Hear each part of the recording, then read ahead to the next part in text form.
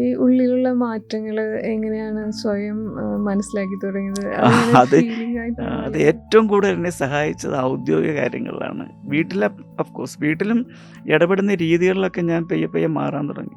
ഈ 10 മാക്സിംസ് ഒക്കെ നമ്മളെ പഠിപ്പിക്കുമ്പോൾ നമ്മുടെ ഈ ഇതുപോലൊക്കെ പോകുമ്പോൾ ഈ വൺ ഡേ പ്രോഗ്രാമിനൊക്കെ പോകുമ്പോഴൊക്കെ അത് അവിടെ ചർച്ച ചെയ്യപ്പെടാറുണ്ട്.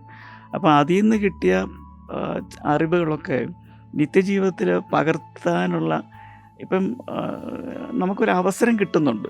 ഇപ്പം പകർത്തുമ്പോൾ ഇപ്പം 10 പ്രമാണവും ഒന്നിച്ച് പഠിച്ച് ഒരുപോലെ ചെയ്യണമെന്ന് ഇല്ല എന്നും, അതിൽ നിങ്ങൾക്ക്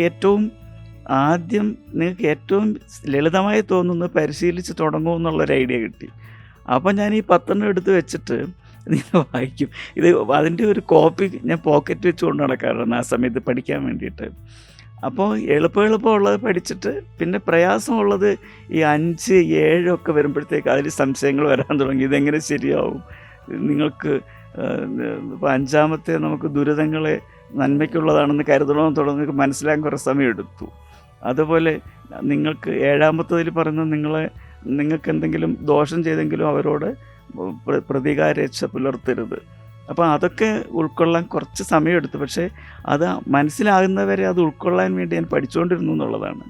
അപ്പോൾ അതിൻ്റെ ഒരു ഗാഢ അർത്ഥം കിട്ടുകയും നന്നായി അത് പ്രയോഗത്തിൽ നിത്യജീവിതത്തിൽ പകർത്താൻ കഴിയുന്നുണ്ടെന്നുള്ളൊരു പ്രത്യേകത.